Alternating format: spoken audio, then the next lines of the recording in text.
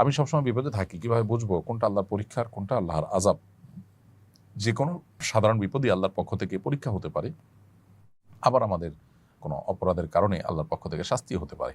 তো এটা নিরূপণ করা জরুরি না। আপনি সবসময় যে কোনো বিপদে আল্লাহর কাছে ইস্তেগফার করবেন। এতে গুনাহ মাফের সম্ভাবনা যেমন তৈরি হবে, বিপদ থেকে মুক্তি লাভের রাস্তাও আপনার জন্য সুগম হবে ইনশাআল্লাহ তাআলা। কারণ নবী সাল্লাল্লাহু আলাইহি ওয়াসাল্লামের হাদিস রয়েছে, যে ব্যক্তি ইস্তেগফারকে আঁকড়ে ধরে, আল্লাহ তাআলা তাকে যে কোনো কঠিন পরিস্থিতি থেকে উত্তরণের জন্য অভাবনীয় পথ আবিষ্কার করে দেন। হাকিম হাসান আপনি লিখেছেন, আমাদের একটা গরু দুর্ঘটনার শিকার হওয়ার কারণে তার একটা পা কেটে ফেলা হয়।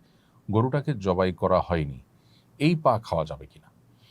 উত্তর হলো, এই পা খাওয়া যাবে না। কারণ নবী করিম সাল্লাল্লাহু আলাইহি ওয়াসাল্লাম একটা হাদিস বর্ণিত হয়েছে যে, কোনো প্রাণী থেকে যদি কোনো জীবিত অবস্থায় কোনো অংশকে কাটা পড়ে যায়, তাহলে সেটা মৃত ধরা হবে। অতএব কোনো জীবিত গরুর পা কেটে পড়ে গেছে, শরীরের কোনো অংশ কেটে পড়ে গেছে, কোনো অংশ থেকে গোশত কেটে পড়ে গেছে, ওটা খাওয়া যাবে না। কারণ এই গোশতের এই অংশটাকে মৃত ধরা হবে। জবাই করার পর প্রাণের গায়ে যে গোশত থাকে বা যা থাকে সেটা খাওয়া হালাল হতে পারে। কিন্তু জবাই করা ছাড়া যদি কোনো কিছু শরীর থেকে আলাদা হয়ে যায়, বিচ্ছিন্ন হয়ে যায়, সে অংশটা খাওয়া হালাল হবে না। মাসুদ দেখেছেন, কেউ যদি রাতে শোয়ার আগে সূরা কাফরুন পড়ে ঘুমায়, তাহলে আল্লাহ তাকে শিরকের পাপ থেকে বাঁচাবেন।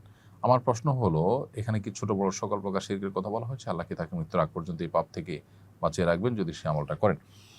সূরা কাফরুন পাঠ করে শোয়ার কথা হাদিসে রয়েছে, সেটা আমরা চেষ্টা করব।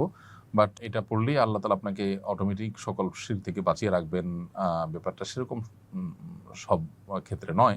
বরং আল্লাহ তাআলা আপনাকে রক্ষা করবেন, আপনার চেষ্টাও সেখানে থাকতে হবে, যাতে করে শিরক থেকে আপনি বেঁচে থাকতে পারেন।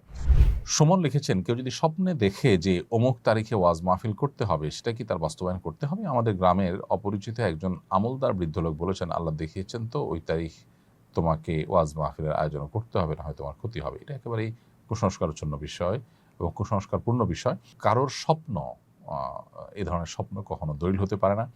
এবং কেউ যদি স্বপ্নে দেখে যে অমুক তারিখ ওয়াজ করতে হবে, অমুক জায়গায় যেতে হবে, অমুকে এটা দিতে হবে, এর মাধ্যমে কোনো আবশ্যকীয়তা প্রমাণ হয় না। বিধায় এটা নেহায়েতই তার ধারণা।